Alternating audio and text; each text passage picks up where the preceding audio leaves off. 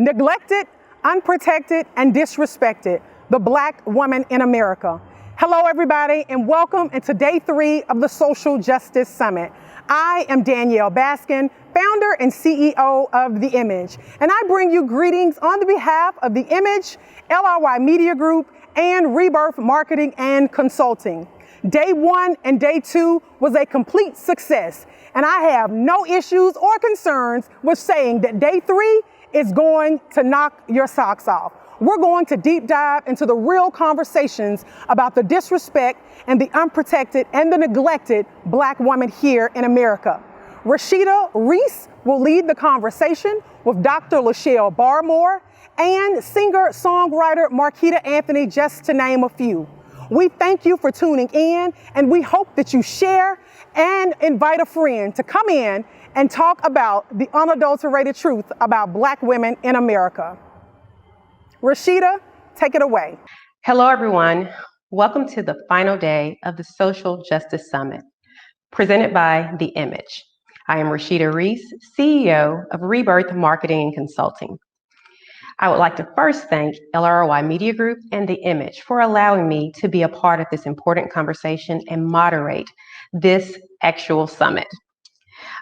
First, throughout my entire life, I watched my mother, aunts, and my grandmother work hard. They always stressed the importance of education to me. However, they ran households, cared for everyone around them, and effortlessly maintained their glow. But now, as I look back, I wonder, when did they have time for themselves? The answer to this question is likely never. But as Michelle Obama recently said, I'm assuming that they thought it is what it is. Today, we are faced with different types of stresses of normal life. Many of us face racial inequality, raising children where they're judged by the color of their skin, juggling multiple tasks, putting on that cape, and hitting repeat daily. As women, we know we wear multiple hats. We are wives, mothers, sisters, friends, career-oriented, nurturers, and so much more. But more than anything, I can truly say that we are fighters. We fight for equal pay, consideration, our loved ones, and above all, we fight to win. Our goal is to win this thing called life. Today, we will go all the way in and talk with a dynamic group of women for a true sister girl conversation. We will address the mental, the physical, social issues, and politics. So let's get it started. Without further hesitation, let me introduce our esteemed panel. These ladies are phenomenal in their own right, leaders within our community and not afraid to tell it like it is. Joining me today, singer, songwriter, and worshiper, Marquita Anthony. Welcome to the panel, Marquita. Physician, Dr. Lachelle Barmore. Welcome to the panel. Next up, senior attorney and owner of Kane Law Firm, Tanita Kane. Hi there, Tanita. Jack of all trades, community leader, Deidre Diaz. And last but not least, doula and student midwife, Charity Moore. Welcome to the panel, ladies. So let's talk about it. And please, ladies, do me one favor. Do not hold back. Great. Marquita, I want to start with you. Often, non-Black women are seen as exotic and less problematic than Black women, making them a trophy on the arms of African-American men. Are you offended by the assumption that non-Black women make better partners than us? That's a really good question. I don't know that I'm offended by it. Unfortunately, because of the history that we have in this country of colorism, of slavery, of segregation, usually it's almost like forbidden fruit. It's that forbidden fruit mentality. So it's almost expected. It is unfortunate, but it is an understandable thought process, especially when we have been devalued, not just by other cultures, but we were conditioned to be devalued by our own cultures. So while, it is unfortunate, it's definitely understood. I think it just becomes a personal choice for Black men to decide, how can I make sure that I'm not perpetuating this stereotype in my own life and for our sons and nephews and so forth. Yeah. Absolutely. I want to pose that same question to you, Tanita. What do you think? Um, I'm not offended by it. What I'm offended by is the comments that Black men make about Black women once they cross over or have not desire to be with a Black woman. I think that that is the only thing that I'm offended by. But yeah, I think it's a choice and we have choices as well. However, these stereotypes that's coming from our own community, I'm absolutely offended by the stereotypes that Black men portray. There are docile women in every race and there are strong women in every race. And so those are the things that I'm offended by. 100% agree with you on that. Next question I'd like to ask Charity. Recently, there's been a lot of conversation about Black women being protected by Black men in society. And some say that as Black women, we are always lifting up our men, but that act is not reciprocated by them. Do you feel protected by our Black brothers? Um, in general, no. I feel protected by the Black men that are in my life. But I feel like for the majority of Black women, we have to portray ourselves to be a certain way. We have to be the respectable Black women in order to get respect from Black men. There was an article I read today about Trey Songz, and Keke Palmer did an interview years ago on The Breakfast Club, and she was saying how she had an encounter with him that was less than pleasant, and nobody would take her seriously. But as soon as someone of another complexion would come along, then all of a sudden, we'd rush to persecute him. And that very same thing happened 4 years today. Two white women accused him of sexual assault, and now all of a sudden it's canceled Trey Songz. But when this Black woman said it 4 years ago, it fell upon deaf ears. So in a larger sense, yes, I do feel like Black men do not protect us in the way that they should and in the capacity that they should. But personally, I feel protected by the Black men that are in my life and in my social circles. Absolutely, and I feel the same way. Dr. Barmore, can you share your thoughts? Very interesting question and an interesting perspective to really think about that. I think as a whole, systemic racism has devalued Black women as well as Black men. And I think that I don't necessarily feel always protected by our Black brothers, but I think it comes from a deep-seated brokenness that I think that Black men can at this point honestly protect themselves. And though they are to be our protectors, I think that the devalue of the entire culture and the devaluing of Black men has made it so that it's almost every man for themselves, so to speak. That I don't think that they are necessarily know the qualities and the maybe the perspective and understand what that role of being a strong Black man to be able to protect his Black woman. I think that, we're all in this kind of survival mode, if that makes sense at all, that I think it's a challenge for somebody that's just surviving to be able to foster that type of protection. So, again, I am pleased to say that I feel protected by the Black man in my life, but I don't think that as a whole, they really understand what that should look like. And because they feel so devalued themselves, I don't know that we're necessarily able or capable from that perspective. Yeah, I think that respect is earned, right? And so you have to be exposed to it and are able to protect us and to give it to us in the proper way. Black women have had to fight for the right to receive an education, but recent data has shown that we are now outpacing other race gender groups in attaining post-secondary degrees. While we're putting in all the work, we often earn less than our white counterparts. Deidre, how do you feel about the pay gap between us and our white counterparts?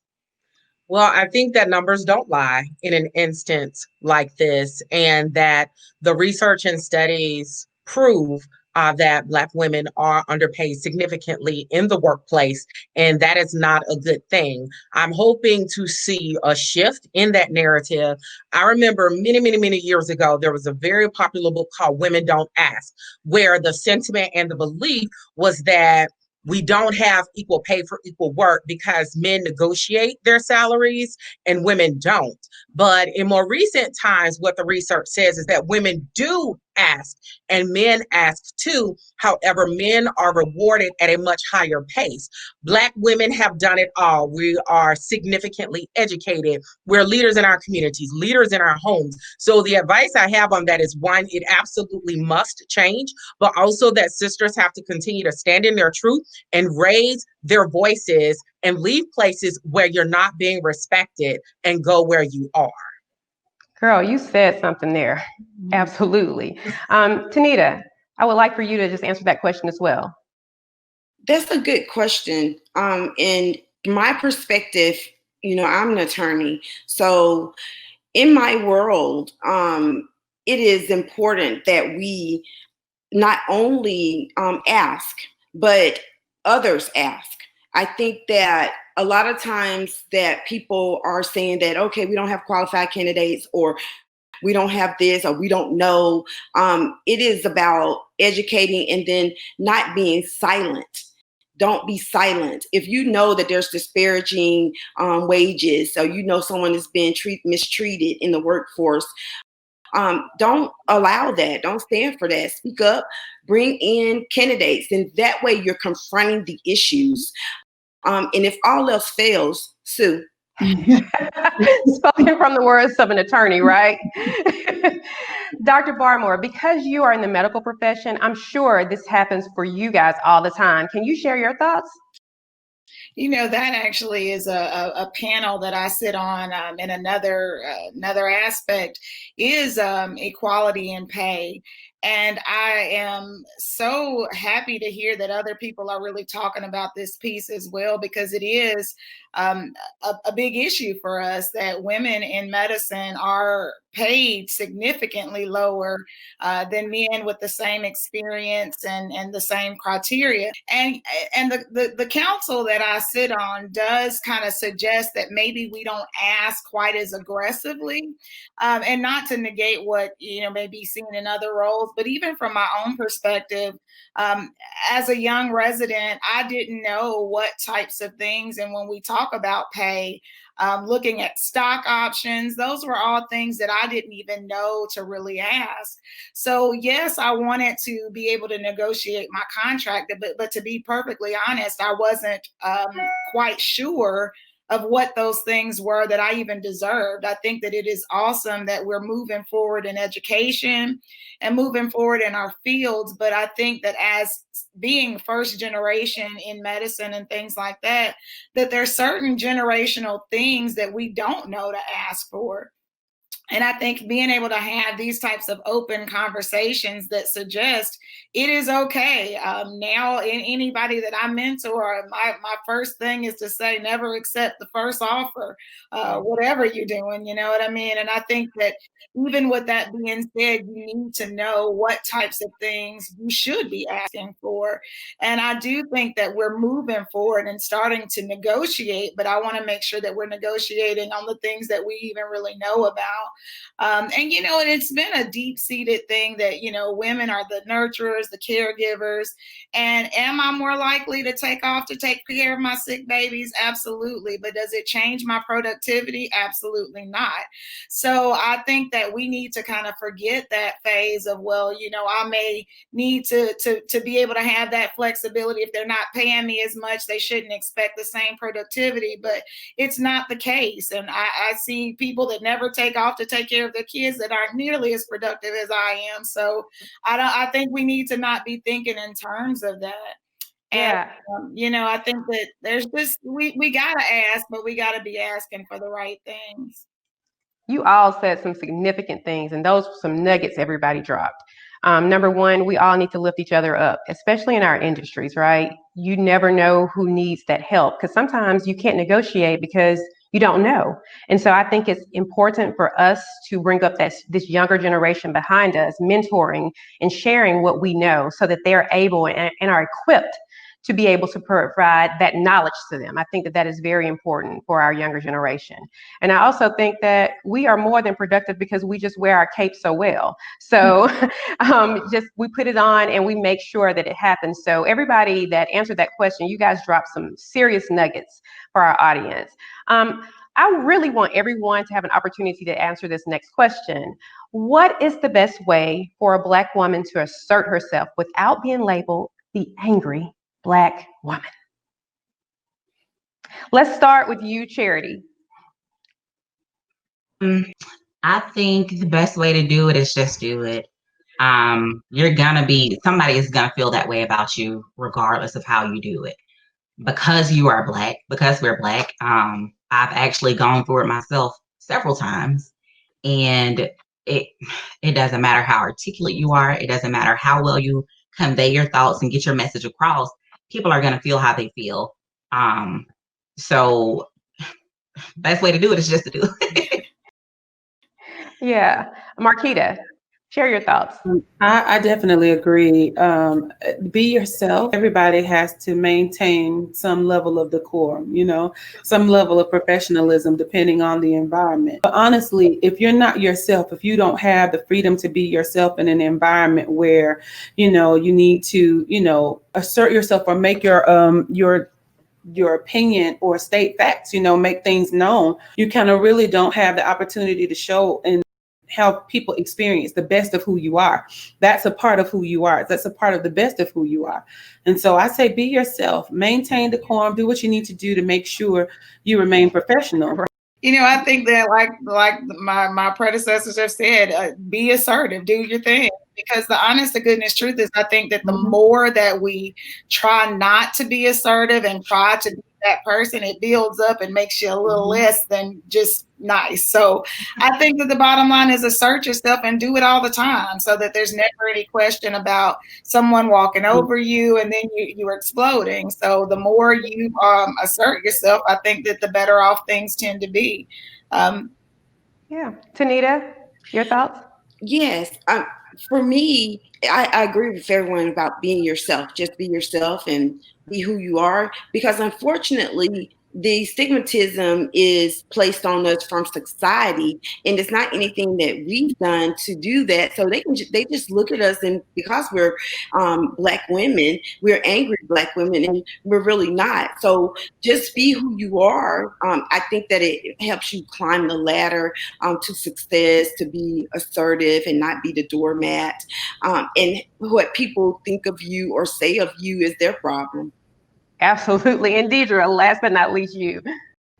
I think the label and the narrative of the angry Black woman is so played out. You really have to understand who you're talking to and let it be known that you're seeking to understand, but you're also seeking to be understood. I think the most important part is to say, no, I'm not angry, I'm educated. No, I'm not angry, I'm informed. No, I'm not angry, I actually know more about the topic than you do. Of course, my background is in communication. And so I've had a full career of catering messages to particular audiences.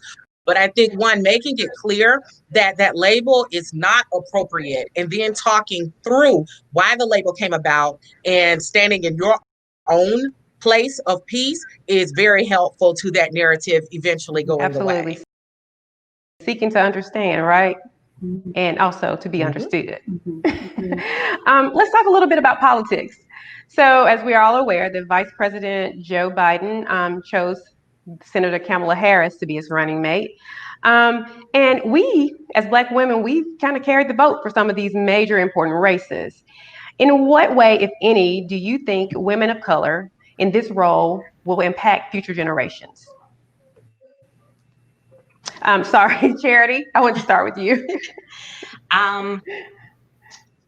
I think that it's been a while since we've had a woman even in talks, a Black woman in talks. And the last major candidate we had that could have been a very good representative was Shirley Chisholm. And Yes. So now we have another one in this day, in this time, in this age. And for little Black girls, or even girls, my age, I'm in my late 20s, for us to see that these positions are possible, these jobs are possible for us, and people are looking for candidates like us, means we could very well have a Black female president in the near future, in this lifetime. So Yes. I think it's really great. Deidre, share your thoughts. I have so much to say on this topic. I'm sure you do. I am so proud to see Senator Harris on the ballot. I do not believe that there is anything more powerful than a woman in this country exercising her right to vote. The numbers add up, and the statistics back the fact that elections are determined by people of color and women of color at the ballot box. I hope that it is the inspiration that young girls need to see, as opposed to us telling our children you can be anything you want to be when you grow up, yet you might have to be the first. Here is an example, live and in living color, to show us that if you dream big enough, dreams really can come true. So I hope that it's not only an example, I hope that she's not the last that we see on ballots, and that on November 3rd, we all do what we gotta do, and we know what we gotta do. Sisters, show up. Yeah. Show up in drones, right? Take your neighbors, your sisters, your aunts, your friends, everybody. We got to show up on November 3rd. I want to ask Dr. Barmore just to shed some light on this question as well. I think it's amazing, and I am so hopeful that we see this through to the end. And I think that the impact that we have had on elections in general, I mean, Senator Doug Jones, all the things that have shown that our vote really does matter and our voice matters. And I just want to echo throughout everything that I've heard that I want us to continue as sisters to keep supporting each other. I mean, it doesn't bother me at all that Senator Harris is my soror, but the other pieces of this is that I've been just really bothered by some of the commentary that we've seen in regards to what has been said about her. And I think that this just goes to shed light on how underappreciated the Black woman is, that you can never be Black enough, or you're too Black and you're angry, and all of that commentary. So, I am hopeful that we continue to move that conversation and recognize that we should be supporting each other. This is the best thing that has happened in our lifetime. So I would love to really see this all the way through. And again, the options, let's leave it at that, there's no reason to tear this woman down. And I know that campaigning can be nasty, but I want us as sisters and Black women to be able to really support her and support us. You know what I mean? And I think that that's kind of a commentary nationwide that shows how they have divided us in such a way. Yes. You guys dropped all the nuggets, all the gems for everybody. Mm-hmm. So, do you think people see our fragility? Do you think being strong hurt us? Marquita, share your thoughts. I just speak from personal experience, and I say absolutely. I can remember when my mom passed away, and one of my best friends, who's a guy, one of the things he said, "Man, you're the strongest person, you're the strongest woman I've ever met." And it was because I wasn't kind of like, I just wasn't in a place where I could be as vulnerable as I wanted to. Honestly, I think I was probably going through shock. But he saw my inexpression of like extreme emotion as strength. And unfortunately, I think that because we don't get the opportunity to express these extreme emotions all the time, because some of us are wives, some of us are mothers, some of us are on the job when traumatic events happen, and we can't really express ourselves to the extreme that other people get the opportunity to. It just doesn't happen for us. And I think in that, over the years, I mean, you're birthing children, having children, and then going to work to take care of somebody else's children. I mean, those were our parents and grandparents. So we weren't even taught to be fragile women. So I think in that, when we are not taught to be vulnerable, that's something, I know it's something that I've had to learn personally, to be intentional about, is being vulnerable with people so that they can see that, hey, I am sensitive, I am fragile, I am all things woman and emotional and in all the things. But it's unfortunate because I do think that people miss that part of us when they see us as Black Yeah, women. Yeah. I 100% agree. So, ladies, we're coming to the end, and I have one final thought for us. The late, great Maya Angelou gave us so much literature to hang on to, and Still I Rise was one of her most critically acclaimed poems. Despite being pushed to your limits, we work for diversity and inclusion and battling to ensure we are seen. How do you all still rise? I'm going to go around. Dr. Barmore, can you start for us? I think that it's been a challenge, and echoing the words of Maya Angelou just has made it so that we recognize that she knows, and she mentioned that we get weary. And I mention all of the time that oftentimes our superhero capes do get a little bit tattered. But with that being said, we pull from the strengths of living our ancestors' dreams and making sure that we provide what it is that we're commissioned to be doing. But at the same time, it is so important that we develop things that allow us to kind of self-care and fill our cups back up. So, as a physician, as a mommy, as a wife, all of those things can, pour, take from my cup. But at the same time, having a strong prayer life and all of those things keep us resilient. And that's kind of my secret to success. Yes. Charity, can you quickly share your thoughts on that? So in my current capacity, I'm actually undergoing a federal lawsuit against local police department, and it's for racial discrimination and race-based double standards and sexual harassment and medical discrimination. So right now, there's a lot on my plate, being a full-time student, a full-time business owner, a full-time mom, and homeschooling my son full-time, and being a full-time wife. So I am constantly having to be cognizant and conscious of taking time out of my day every single day to kind of sit down, reflect, and basically decompose everything that I've been through and just break down everything that I experienced that day so that I don't carry it in my dreams and I don't carry it with me the next day. I take a lot of time to practice ancestor veneration, and I thank my ancestors for all of their struggles and everything that they've done to get me to this point. And I remember that they've been through worse and they've made sacrifices, and I can continue to do the same for myself and my future generations. We have to rise, finding a way. Tanita, can you share? How do you still rise? Oh wow, I've been rising. My story is that, I had a child in college and I went on to finish college. I went to Howard, so I have a similar background, and not so much as Harris, but we're sorors, and I went to Howard, and I'm an attorney. I'm a defense attorney though. However, what I learned from all of those experiences in things that being a business owner, as well as having law firm and employees and things that come our way, is that we never should look back. We should always press forward, always move forward. Mistakes will be made.